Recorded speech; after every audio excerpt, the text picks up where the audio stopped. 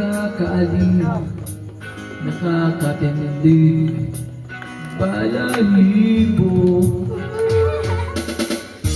Pagkagaling sa eskwela ay didiretso na sa inyo,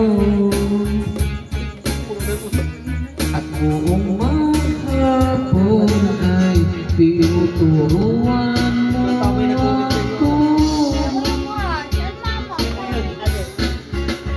Naghahawak ang ating kamay at walang kapalan, malay na tinuro